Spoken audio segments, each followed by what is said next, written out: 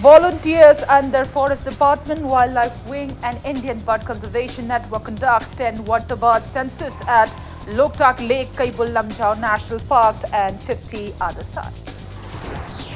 Minister Karam Shyam urges all to contribute in bringing peace and progress in the state instead of merely assigning the tasks to elected representatives.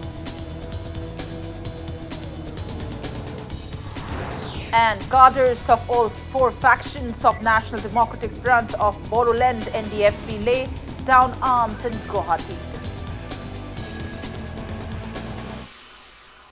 Good afternoon, welcome to Back News. You're watching Afternoon News and I'm Premi Thangjam, bringing you the top stories. Sangai Protection Forum, along with various local clubs under the aegis of the Forest Department, Wildlife Wing and Indian Bird Conservation Network, conducted the 10th water bird census at the Loktak Lake today. Around 100 volunteers carried out census of the migratory birds at the Loktak Lake, Kaibul Lamjau National Park and 50 different places from 7 a.m. till 12 noon. Speaking on the sidelines, Chief Wildlife Warden, Government of Manipur, Dr. Aditya Joshi, said the Loktak Lake was included in the Montreux record after it got enlisted in the list of Ramsar wetlands for being a popular sanctuary for migratory birds. He said, if the population of the migratory birds is found to be less, then 20,000 of the Loktak Lake will be considered unfit for the birds. Dr. Aditya Joshi said census of all the sites is yet to be calculated together. The Loktak is a very important wetland with considerable rich biodiversity, and water birds are a very good indicators of the health of any wetland. So that is why the Forest Department, the Wildlife Wing of the Forest Department, along with the NGOs and other local clubs, is conducting this water bird census every year for the last 10 years. Consumer Affairs, Food and Public Distribution Minister Karam Shyam urged everyone to contribute in bringing peace and progress in the state instead of merely assigning the tasks to the elected representatives. He was speaking at the inaugural ceremony of a new Amaiba Amaibi Sangland at Lelong Hauraibi in Langthabal constituency, Imphal West today.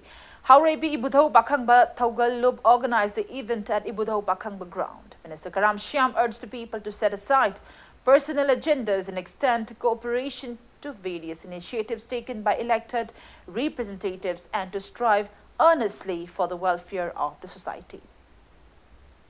Akoi samasida karima thabak ama tawba kanda isagi own contribution puthoga thabak tawragadi thabak tugi importance madugi value se yam hena laye atopa site gi laaga tawriba thabak tugi value ga aikoi isana puthok charaga angamba khara contribute tawraga adi puthoi ba thabak sina hena value leibada natana aikoi samaj se sakhat che haiba taragadi sigi contribution che asuki matik darkar laye. A suspected IED exploded at Saichang under Lamlai Police Station in Imphal East District today. Impact News sources said the incident occurred at around 8 a.m. Imphal East Police personnel immediately rushed to the spot for investigation. Lamlai Police has registered a case and investigations are underway. Details are still awaited.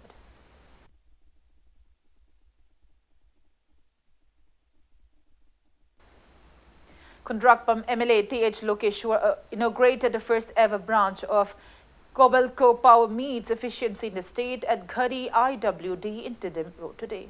Heavy machineries and equipments including excavator segments of Kobelco Company will be made available at the new branch.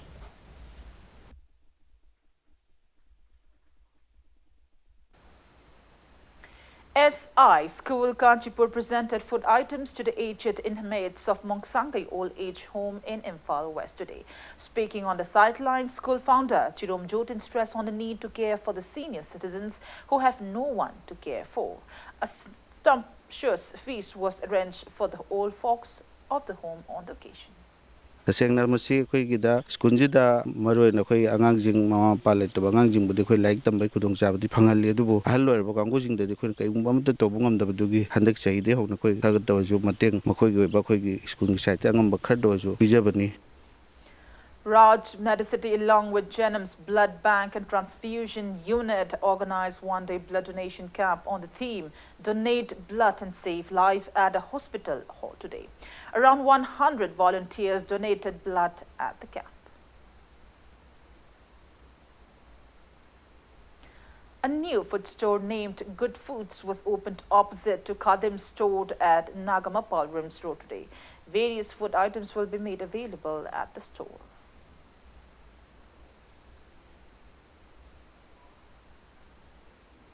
On that note, it's time for a small commercial break. After the break, we bring you news on cadres of all four factions of the National Democratic Front of Bodoland, NDFB, laying down arms in Guwahati. We'll be right back. Keep watching Impact News. Welcome back after the break, and you're watching Afternoon News. In Assam, cadres of all the four factions of the National Democratic Front of Bodoland, NDFB, laid down arms in Guwahati today. NDFB signed tripartite peace treaty with the centre and Assam government recently in New Delhi. Chief Minister Sarbanand Sonowal and Finance Minister Himanta Biswa Sharma attended the ceremony. As per the peace accord, 1,500 crore rupees financial package in the next 3 years will be given for the development of the Bodoland territorial region. The recently signed tripartite pact was the third Bodo Accord signed in the last 27 years. The violent movement for a separate Bodoland state took hundreds of lives. The first Bodo Accord was signed with the All Bodo Students Union, ABSU, and Bodo People's Action Committee in 1993. In 2003, the second Bodo Accord was signed with the militant outfit Bodo Liberation Tigers, leading to the formation of the Bodoland Territorial Council, BTC, consisting of 4 districts. The Assam government has assured that a new treaty would not hamper the interests of the non-Bodo people staying in the BTC area.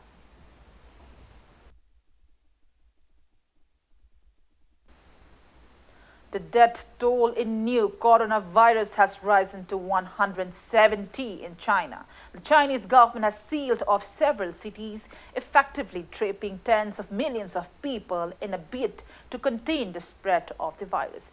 India has also initiated a process of evacuating its citizens. Screening for coronavirus has been stepped up by the Health Ministry, with health officials now screening passengers at 21 airports across India for virus symptoms. Special isolation wards are being established in different hospitals across major cities to observe them. Many people showing symptoms of coronavirus have been quarantined in different cities in India, including Hyderabad, Mumbai, and New Delhi. A recent study suggested that India is among the top 30 countries with a high risk of coronavirus outbreak.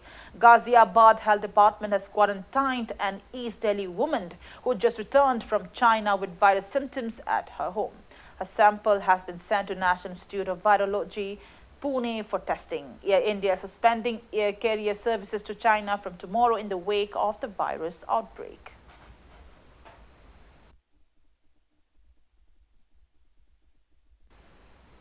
And now the sports news. Bengaluru FC will face Hyderabad FC in a league match of the ongoing Indian Super League 2019-2020 at Bengaluru's Sri Kantirava Stadium tonight at 7:30. In yesterday's league match, Goa FC defeated Orissa FC 4-2 at Orissa's Kalinga Stadium. For the winners, Vinod Rai netted 1 goal at the 21st minute. Jackie Chan Singh scored 2 goals at 24th and 26th minute, and Farron Korominas netted 1 goal at the 90th minute of the match. For Orissa FC, Manuel Onwu netted 2 goals at the 59th and 56th minute of the match.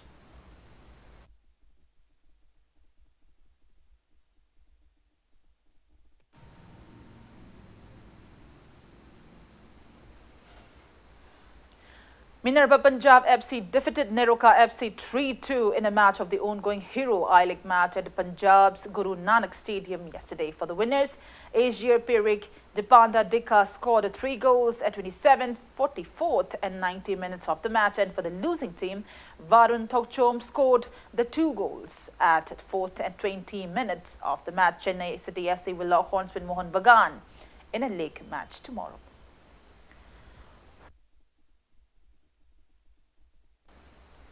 Before we conclude, let's take a look at headlines once again. Volunteers under Forest Department, Wildlife Wing and Indian Bird Conservation Network conduct 10th waterbird census at Loktak Lake, Kaibul Lamjau National Park and 50 other sites. Minister Karam Shyam urges all to contribute in bringing peace and progress in the state instead of merely assigning the tasks to elected representatives.